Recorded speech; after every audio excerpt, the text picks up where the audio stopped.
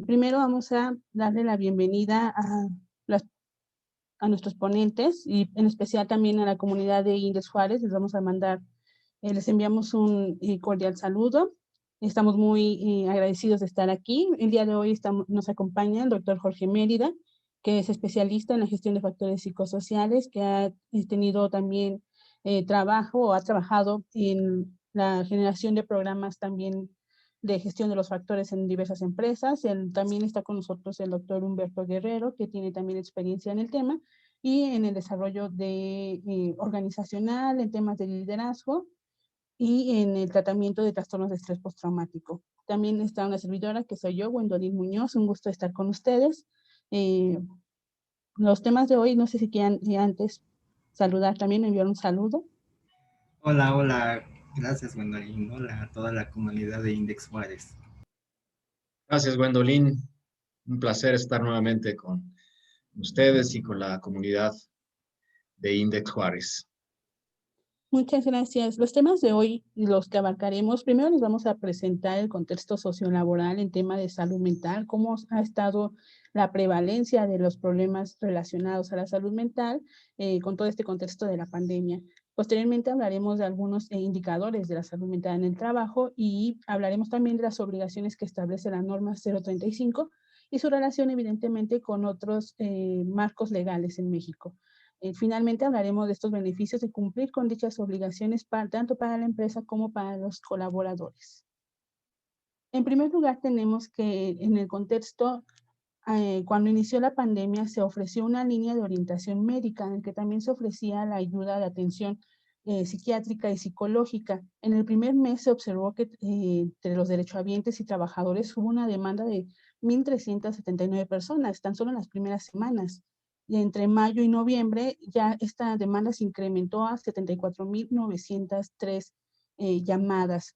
En el primer mes los motivos de atención eran variados, principalmente ansiedad, trastornos del sueño, miedo, estrés, irritabilidad, tristeza, depresión, ideación suicida e incluso adicciones y violencia, ¿no? Entonces aquí vamos viendo cuáles fueron estas motivantes y cuáles eran lo que movía a la población a buscar ayuda que antes no solicitaban. Ya para mayo y noviembre se observó que los más frecuentes eran la ansiedad, la depresión y el estrés. La gravedad de la situación o de la atención que requerían era el 39% leve, 57% moderada y el 3% severa. Este servicio no ofrecía ayuda en casos muy severos, eran referidos, ¿no? O eran canalizados a la ayuda apropiada para que pudieran recibir la atención.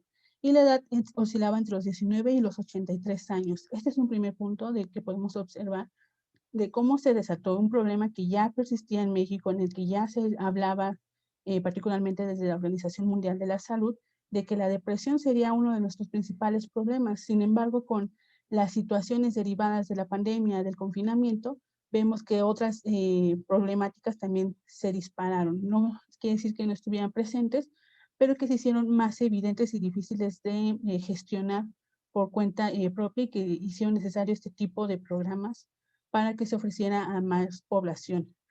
Esto de acuerdo a los datos que nos ofrece en su comunicación social el Instituto Mexicano de Seguro Social. Esto fue el año pasado.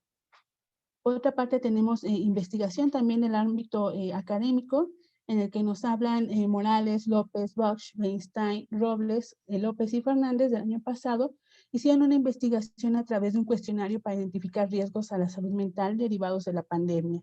En este estudio identificaron que la condición de confinamiento por contingencia marcaba diferencias entre los niveles de estrés agudo, distanciamiento y enojo, ansiedad generalizada y tristeza, así como ansiedad con relación a la salud. Pero además de esto se observaba que el estrés agudo predecía la ansiedad generalizada y la ansiedad generalizada predecía la ansiedad con relación a la salud y esta a su vez predecía el distanciamiento y el enojo. Esto nos muestra cómo están interrelacionados los problemas de salud mental, que es importante hacer esta puntualización de que no siempre vienen solos y que además la salud mental representa un espectro que no únicamente representa la enfermedad. Pero así como se presentan una problemática social, es probable que se aparezcan otros malestares si no se recibe la atención necesaria. Por otra parte, respecto a la prevalencia de otros trastornos, nos hablaba en un documento de la jornada, el psiquiatra Aldo Suárez, expresidente de la Asociación de Psiquiatría Mexicana, que de las personas que había con depresión pasaron de ser el 5% al 25%. Además, el 63% de las personas se sentían fatigadas, 26% tenían problemas de sueño y el 23% aseguraban vivir con ansiedad y o depresión a raíz de la pandemia. Esto es por parte del contexto y algunos indicadores que empiezan a darse sobre lo que es la salud mental, cómo se ha ido manejando, cuáles han sido las principales dolencias de la población, principalmente en edad trabajadora. Y sin embargo, en el tema de salud mental en el trabajo, tenemos que hay carencia de una información relacionada a posibles factores que se estén derivando propios dentro de la empresa. Sin embargo, tenemos que para 2017 se calculaba que 1 de cada 5 trabajadores podían presentar algún problema de salud mental. En el 2020 se evaluó que la depresión es el que tiene el mayor impacto en indicadores organizacionales como el presentismo, el ausentismo y la rotación de personal. Por otra parte, también se calcula que la ansiedad y la depresión cuestan a la economía mundial $1 billón. Entonces, estos son algunos indicadores, como mencionaba, sobre cómo cuál es la prevalencia de los problemas de salud mental.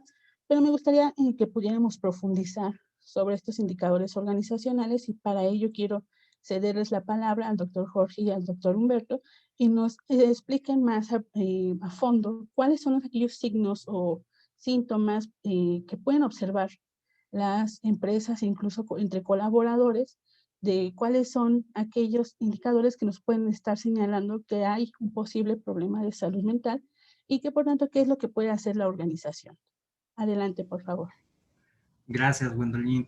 Pues mira, de los principales síntomas que tenemos que estar alertas, los podemos dividir en aquellos que tienen que ver con el ánimo, es decir, la experimentación de emociones.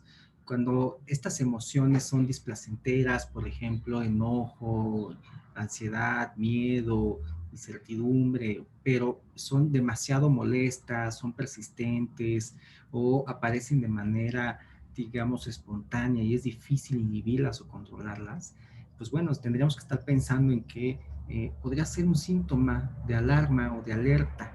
Aquellos otros síntomas que tienen que ver con la regulación de tu propio organismo también son importantes, por ejemplo, incremento en el apetito, insomnio, disminución en la energía, fatiga, y por último, aquellos síntomas en los cuales podemos ver que hay una disminución en el desempeño en el trabajo, por ejemplo, dificultad para concentrarse, más tiempo para realizar las actividades que normalmente haces, fallos en ciertas cuestiones de memoria de corto plazo. Entonces, esas podrían ser la sintomatología que nos podrían decir que hay algo detrás y que es importante indagar. No precisamente se tiene o no precisamente corresponde a un diagnóstico de algún padecimiento en sí, pero es necesario indagarlo.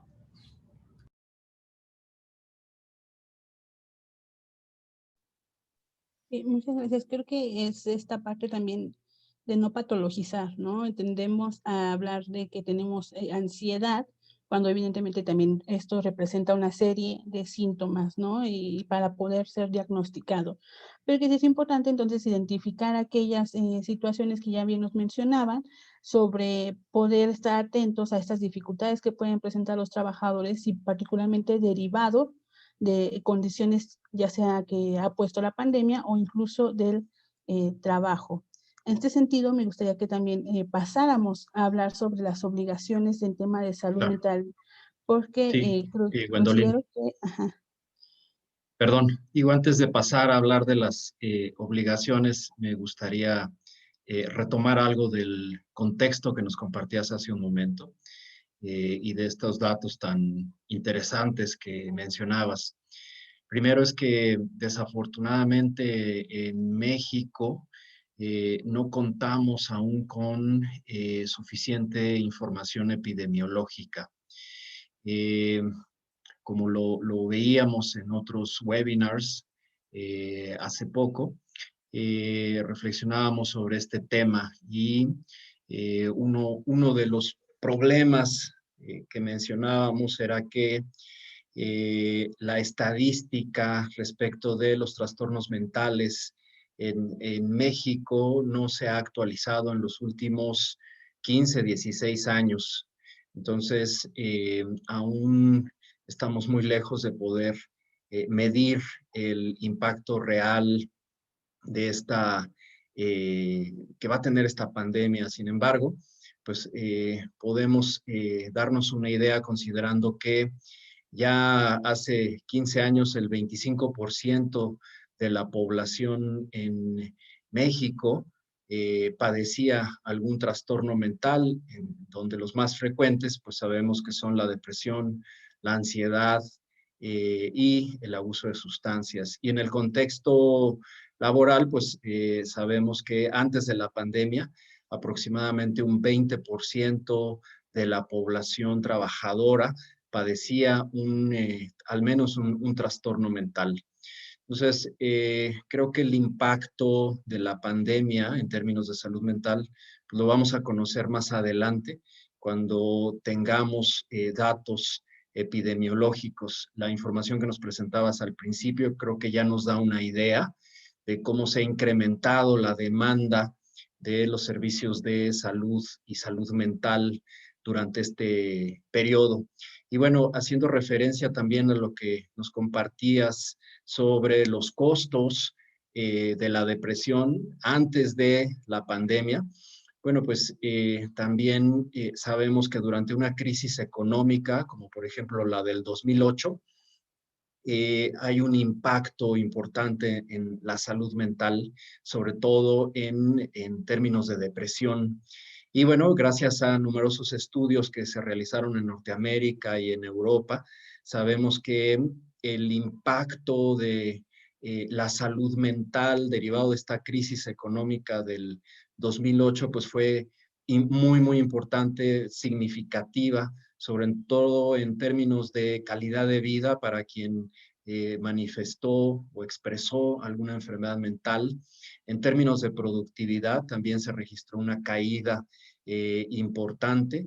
También en términos de conducta o comportamiento suicida, hubo un mayor riesgo en varones, sobre todo entre los 30 y 50 años, sufrieron hubo un incremento en el comportamiento suicida y bueno, por supuesto, también hubo un impacto en la demanda de los servicios de salud mental en los gobiernos que lo registraron. Y bueno, pues dado que no se dieron abasto, lo que se observó es que las empresas, las organizaciones tuvieron que desarrollar y diseñar programas para atender a sus colaboradores, dado que los servicios que ofrecía o que ofrecían los gobiernos no eran suficientes y de alguna manera es algo que ya estamos viendo en México en los datos que nos presentaste al principio, que ya registró el Instituto Mexicano del Seguro Social, es decir, además del confinamiento, la crisis económica que esto está provocando, pues ya está generando un incremento en la demanda de los servicios de salud mental. De ahí, pues la importancia de enfocarnos en esta norma 035 y las obligaciones relacionadas con la salud mental, Gwendolyn. Muchas gracias. Creo que aquí me gustaría también rescatar de este comentario que hay diferentes momentos en los que como organización, como sociedad y como individuos podemos intervenir en la salud mental, ¿no? En una primera parte hablamos de prevención, en este momento estamos mencionando del uso de servicios de atención. Esto es cuando la problemática ya se presentó. Entonces, hay maneras, ¿no? de evitar que se puedan presentar problemas de salud mental más graves o que se puedan de algún momento dado presentar incluso otros problemas relacionados también, que recordemos que hay una comorbilidad alta entre la ansiedad y la depresión, también entre el estrés y el abuso de sustancias. Entonces nunca vienen solos, pero en este sentido también podemos hablar de estos momentos en los que se pueden intervenir para que podamos ya sea prevenirlo, promover la salud mental o atender los problemas asociados a ella. Y en este sentido me gustaría que profundizáramos en estas obligaciones que establece la norma 035 y cómo la atención a aquellas obligaciones que nos presenta puede impactar en estos 3 momentos de la salud mental. Entonces, me gustaría cederles la palabra para que nos hablaran cómo esta identificación de los trabajadores expuestos a eventos traumáticos severos, también la identificación, análisis, prevención y control de los factores de riesgo psicosocial, la promoción de los entornos organizacionales favorables, los exámenes médicos y evaluaciones psicológicas, que es cuando también vemos que hubo una alta exposición a factores de riesgo o se presentan síntomas y signos de una alteración a la salud mental, y hablamos también de acciones de tercer nivel de tipo clínico o terapéutico, pueden impactar en la salud mental de los trabajadores y cómo, a pesar de que no está mencionado en esta norma en particular, sí es una obligación atenderla. Gracias, Gwendolyn. Bueno, quisiera precisar que sí están mencionados, es decir, la misma norma 035 define a los factores de riesgo psicosocial, aquellos que incrementan la probabilidad de adquirir enfermedades mentales como trastorno de estrés grave, trastorno orgánico del ciclo sueño-vigilia y trastorno adaptativo. Es decir, sí hay una mención explícita de la norma 035 a la salud mental. Y no, en ese sentido es importante señalar o precisar que la identificación de los factores de riesgo y de las personas expuestas a estos factores de riesgo sirven como actividades preventivas de primer y actividades preventivas primarias y secundarias. Y hago aclaración a qué me refiero. Identificación de situaciones preventivas primarias quiere decir que se identifican aquellas poblaciones en las cuales se les puede proporcionar información y medidas generales de prevención, y eso se le llama prevención primaria porque evita la aparición de un trastorno. Ahora, la identificación de personas expuestas, entonces, sí genera ya una prevención secundaria, es decir, aquellas personas que una vez identificadas que fueron expuestas y se les corrobora la presencia de algún padecimiento o trastorno mental, entonces se hace una prevención secundaria si se le detecta a tiempo. ¿De qué se le previene? Pues se le previene de que empeore ese problema de salud, de que se complique, de que incremente la gravedad de ese problema de salud, y que eso se traduce en términos organizacionales como ausentismo, presentismo, baja por enfermedad, rotación, incluso otros temas relacionados con el clima laboral, ¿no? Entonces, yo creo que cuál es el vínculo entre la norma 035 y la gestión y la promoción de la salud mental. Bueno, pues creo que contribuye mucho a eso, ¿no? Para establecer y ejecutar medidas de prevención primaria y secundaria. Me gustaría también Sí. preguntar, ustedes que también tienen experiencia en la atención a trastornos mentales, ambas, ¿no? Ambos tienen esta experiencia. ¿Es lo mismo hablar de enfermedad mental que salud mental? ¿Cuál es esta diferencia entre estos términos y por qué es importante considerarla? Me gustaría plantear esta pregunta y también el de si es necesario que lo tengan en cuenta las empresas al momento de generar culturas también incluso de promoción de la salud mental. Claro, Gwendolyn, antes de contestar la pregunta, yo quisiera ahondar en el tema de las obligaciones y hacer aquí una distinción sobre la gestión de riesgos versus la gestión de contingencias. Que aquí, como lo vemos, ¿no? Planteado, es como se enumera en la norma, pero en el fondo existen una serie de obligaciones que se pueden gestionar de manera sistemática, como se gestiona cualquier riesgo a la salud dentro de la organización, ¿no? Partiendo de una política, de un diagnóstico, del establecimiento de una serie de medidas, ¿no? Y posteriormente la evaluación del impacto, el efecto de esas medidas. Entonces, así como se gestiona, por ejemplo, la exposición al ruido, ¿no? Y después se identifica a las personas que han sido expuestas, se evalúan y se determina si hay alguna afectación a su salud o no, y entonces se les da tratamiento. Así también, de esta manera sistemática, se puede gestionar la exposición a un riesgo psicosocial. Pero hay otras obligaciones en términos de salud mental que tienen que ver con las contingencias. Por ejemplo, la exposición a un evento traumático severo, como un accidente o un asalto, un secuestro, o, por ejemplo, presenciar un acto de violencia o ser víctima de un acto de violencia dentro del trabajo, ¿sí? Eso tiene que administrarse de inmediato, no puede esperar a que se cumpla un ciclo de gestión de riesgos, tiene que ser administrado, gestionado de inmediato.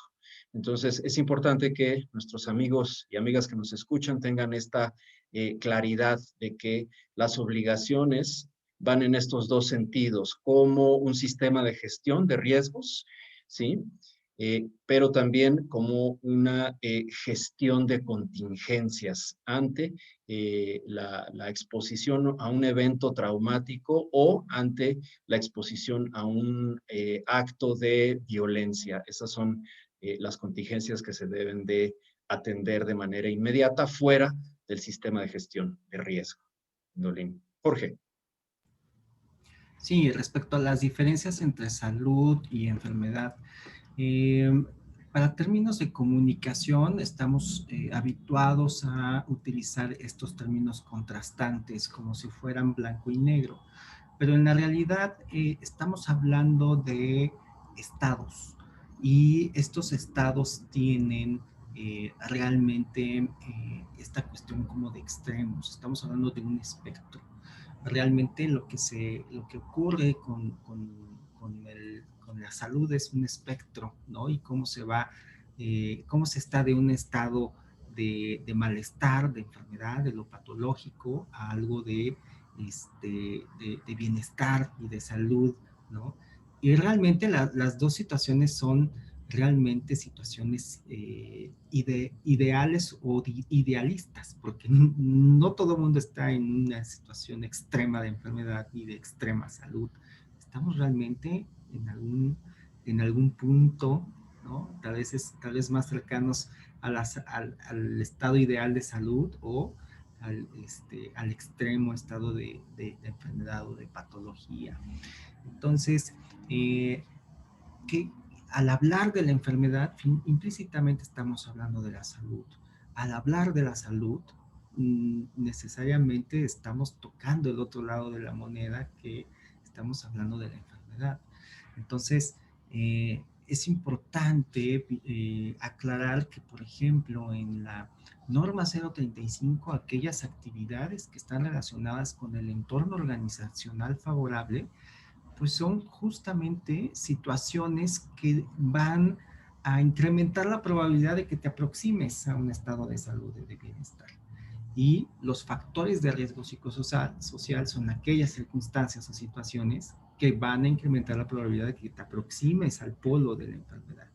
Entonces yo no los vería como algo opuesto, yo lo vería más bien como un espectro, ¿no? Y que estas imágenes de ideas acerca de qué es salud y qué es enfermedad, pues es solamente eso, son imágenes que nos ayudan a comunicarnos y a conceptualizar lo que hacemos en el día a día, pero realmente nuestro estado físico, mental, social, biológico, incluso espiritual, pues bueno, se encuentra en algún punto de este espectro. Estoy totalmente de acuerdo y me parece muy importante que se haga esta aclaración para que incluso las personas o los empleadores que leen estas obligaciones y tal vez resulte redundante lo que mencionan sobre entorno organizacional favorable con los factores de riesgo psicosocial, podamos ver que entonces estamos hablando de este continuo y que la gestión de estos factores y de estos elementos pueden ayudarnos en un primer momento a evitar el desarrollo o agravamiento de enfermedades mentales y también a intentar alcanzar el estado óptimo de salud mental. Claro que influyen otros factores, pero en este primer momento estaría la organización cumpliendo con estas obligaciones y en este sentido me gustaría que habláramos ya de forma de conclusión, cuáles son estos beneficios de cumplir con estas obligaciones. Si de por sí sola la salud mental ya es un beneficio, ¿qué podemos observar en la organización ya gestionando estos factores de riesgo, promoviendo los factores o los elementos del entorno organizacional favorable y además cumpliendo con otras obligaciones en temas de promoción de la salud? ¿Cuáles son Claro. estos beneficios?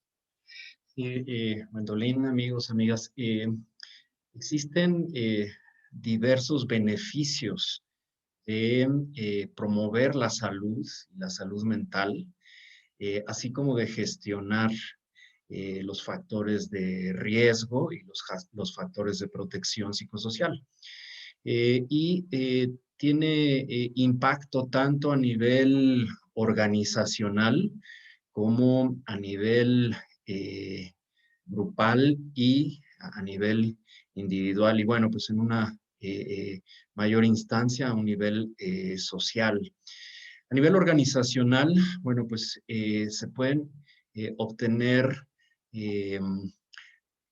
reducciones importantes en diferentes costos organizacionales. La empresa, la organización puede disminuir costos, por ejemplo, de la rotación de personal, el ausentismo derivado de condiciones de salud. Sabemos que el 33% de los eventos de ausentismo tienen que ver con algún tema de salud y de estos aproximadamente el 40% con un tema de salud mental. Entonces, se pueden reducir costos también en términos de presentismo, que de acuerdo con diversos estudios, su valor es de 5 a 10 veces mayor que el del ausentismo. También la reducción en las primas de seguros, de gastos médicos, en la prima de seguro de incidencias del Instituto Mexicano del Seguro Social, etc. Entonces puede haber diversos ahorros y reducción de costos organizacionales, pero también un incremento en la productividad. Sabemos que en la medida en la que los colaboradores se encuentran sanos, satisfechos, con una mayor calidad de vida, bueno, pues eso tiene un impacto positivo en la productividad. Y bueno, hay estudios, hay datos que nos dicen que este tipo de estrategias, programas de intervención en la promoción de la salud mental y la gestión de los factores psicosociales tienen un retorno de inversión de 1 a 4, es decir, por cada dólar invertido, el retorno es de $4 en el escenario más conservador. Hay estudios más optimistas que pueden hablar de hasta $27 de retorno por cada dólar invertido. Entonces, dependiendo de la fuente, puede oscilar entre 4 y $27 el retorno de inversión.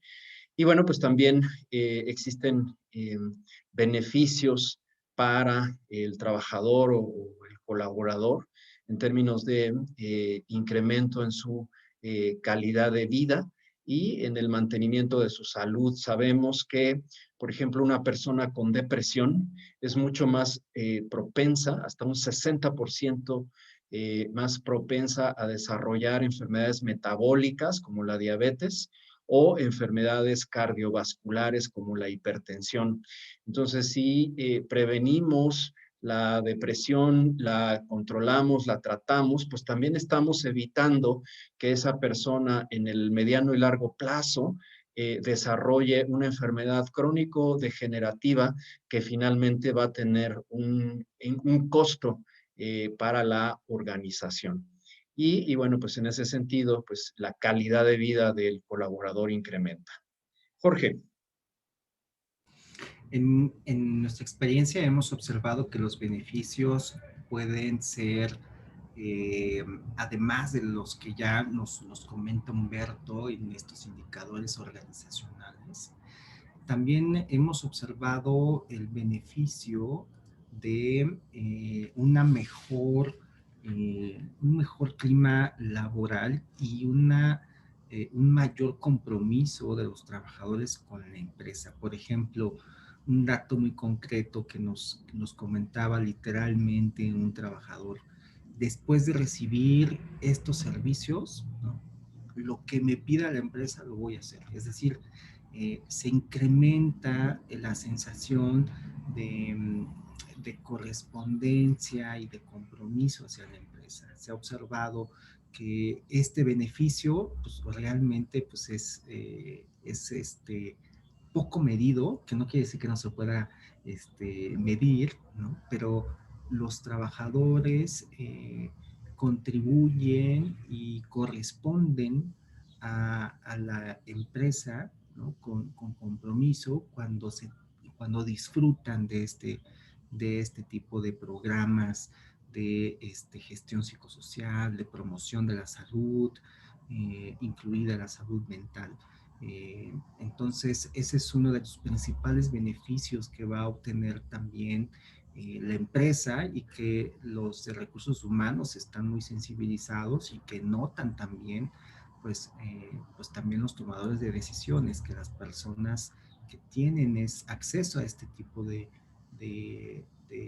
programas de gestión, pues se incrementa mucho su sentido de pertenencia y el compromiso que tienen con la empresa.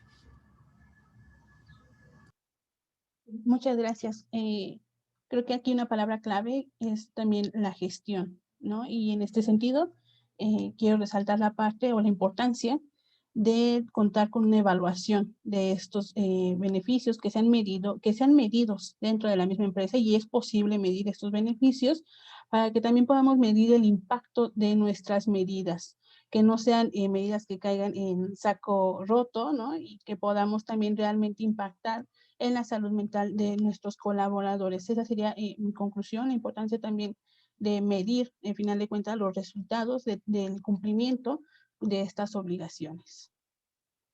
Y es aquello que no se puede medir, o aquello que no mides, pues no puedes gestionar ni controlar. Y de ahí la importancia, como dices, Gwendolyn, de implementar estrategias de análisis de datos y de interpretación de datos clínicos y correlacionarlos con indicadores organizacionales para poder tomar decisiones con base en esta información, pero también desde un marco ético y humano, para que todas estas estrategias tengan un impacto y un beneficio tanto para los colaboradores como para la organización. Muchas gracias, Gwendolyn. Gracias a ustedes por acompañarnos, por la valiosa información que nos dieron el día de hoy. Esperamos que haya también quedado más claro cuál es la importancia de estas obligaciones o la razón de ser para la salud mental de los colaboradores, y que también impacta a la organización en términos de productividad y rentabilidad incluso, ¿no? Entonces, muchas gracias también a todos los que nos acompañaron, que nos vieron también. Si tienen alguna duda, pueden escribirlas ahí mismo en los comentarios, las estaremos leyendo. Incluso podemos abordarlas en futuros webinarios.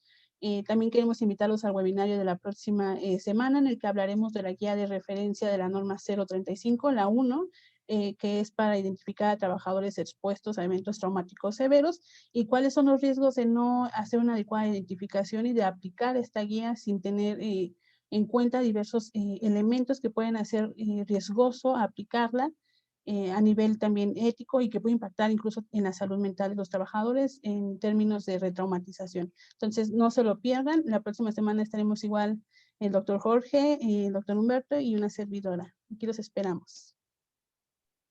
Hasta luego. Pronto. Bye.